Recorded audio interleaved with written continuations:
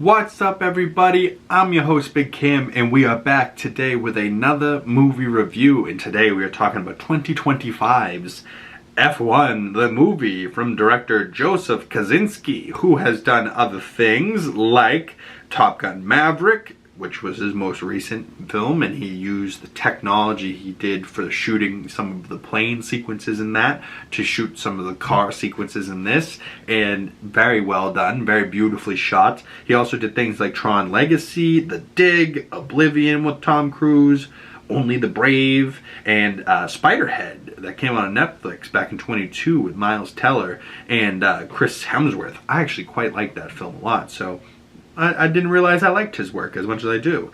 But this F1 film really did a couple of things really well for me. One being Brad Pitt is a fucking movie star, baby. Hell yeah. Anybody saying, I saw some reviews online and people mixed reviews on this movie and people were hating Brad Pitt's character. Well, he's not playing the likable character. He's playing an asshole with a chip on his shoulder. And, he's the older guy, so he's a bit of an old dog. He can't teach new tricks. He's, rough around the edges. He doesn't like people. He's doing his own thing. He's goes against the grain when people go with it. You know what I mean? Like, he's that type of guy.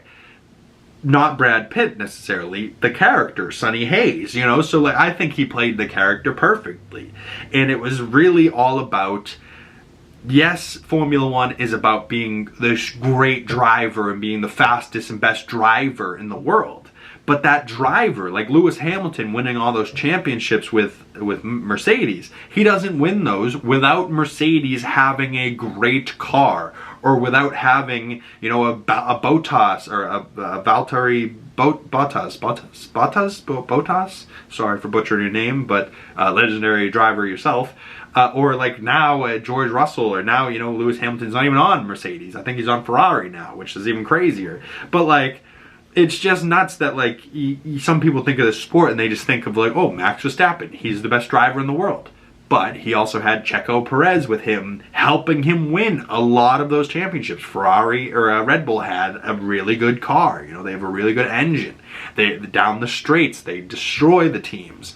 But it's also Formula One. So yes, there's 2 drivers per teams. There's 10 teams, and the top 10 positions get points. And if you don't get any points by the end of the season, there's a good chance your team is going to be out, and there'll be a new team next year. Like, it moves very fast. There's a lot of money and a lot of working parts in Formula One. It's crazy. And, there's boards and things that, go into it.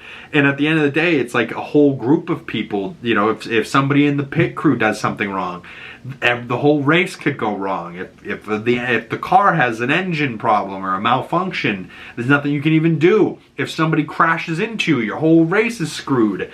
And, then they start working together. But then you could also have moments where your drivers are fighting against each other and they're too stubborn to concede to one another and work together, so they race against each other because they're racers, and that's what racers do. So they're trying to, whoever's the fastest man wins, and they end up hitting each other. They both crash. Now your team is pissed because neither of their drivers finished the race, so now that doesn't help them at all. Now they have to repair 2 cars, so like, things go wrong all the time. There's crashes, crazy stuff goes on in Formula One. Not to mention the speeds they're going, around corners, and it's not just left turns in an oval 500 laps. They're doing like 72 laps in less than 90 minutes sometimes. That's crazy.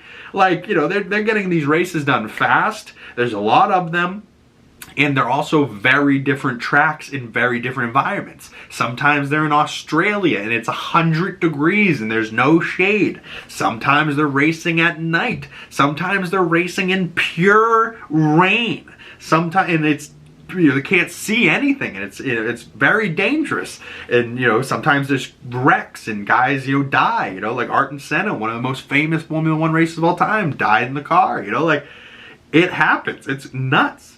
But this movie shows, a lot of that dynamic, and like that it's a team sport and that things can go wrong, and that, even though you're not the best car, if you two work together and really buy into the game plan and strategy of this race, you could win. Now, granted, they won one race. They didn't win the whole season, the Constructors' Championship.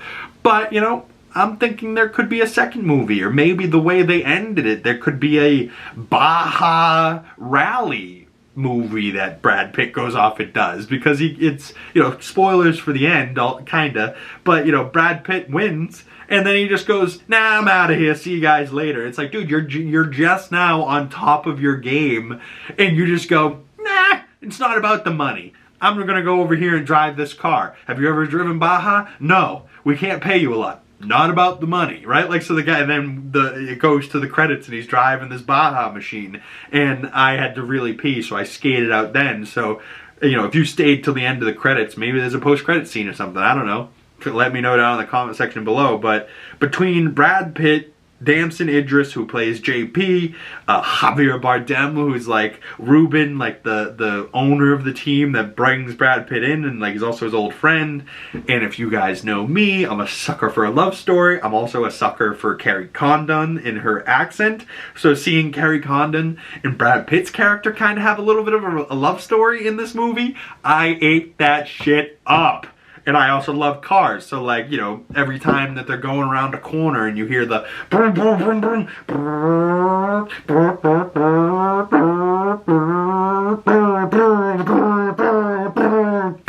you hear they cut to the back and you see the exhaust, you know, they really had cameras on these cars. I was like, bro, it was shot so well. Joseph Kosinski, great job, great film. I mean, the story could have been, you know, like if we're comparing it to another racing film like Ford vs. Ferrari, I think Ford vs. Ferrari's story was a little bit better, but the actual racing shots were really, really great in this movie, and it captured the vibe and feeling of Formula One, and also was able to shoot on real tracks, use real cars, shoot racing, you know, Lewis Hamilton. They're lining up on real grids at real races, the Abu Dhabi Grand Prix, and Max Verstappen's right next to him. At one point he drives past him, flips him off. You're like, that's so real, you know? Like, Max would definitely do that. Like, it felt really good, and I really enjoyed it the other day seeing it in theaters, and I can't recommend going and seeing this on a big screen, but it is an Apple TV Plus movie, so I'm sure it will be out at some point on Apple TV Plus. But overall, I gave this film 4 out of 5 stars, about an 8 out of 10, and honestly, this could be maybe a 9 out of 10. If I had to give it a true 10 score, for me, it's about an 8-8, maybe an 8-9 at the current moment, but maybe upon rewatch, I'll like it even more, and then that will give me maybe a 9 out of 10. But it is very up there. It is definitely in my top 4 films of this year. I think right now my list goes Sinners, and then Thunderbolts, Mission Impossible, and then Materialists was on this list. I think Formula One just bounced Materialist. But with the next 3 weeks of films, with Jurassic Park, or Jurassic World Rebirth coming out July 4th weekend, which is when this video will be coming out, and then the following week with Superman, and then the following 2 weeks after that with Fantastic Four First Steps, those 3 movies might all end up on my favorites of 2025 list. But comment below your favorite movie of the year, and if you went to see F1, what were your thoughts? What did you think? I'd love to hear down in the comment section below, or you can message me on my other social medias. Links for those down in the description below. Big Cam, 2 G's in the Biggs, pretty much anywhere you can find me. Just look for this ugly face. Thank you guys so much for coming on by and supporting the channel. It really goes a long way if you drop a like on this video, comment, subscribe, hit that bell so you don't miss future videos and you get the notifications when they come out.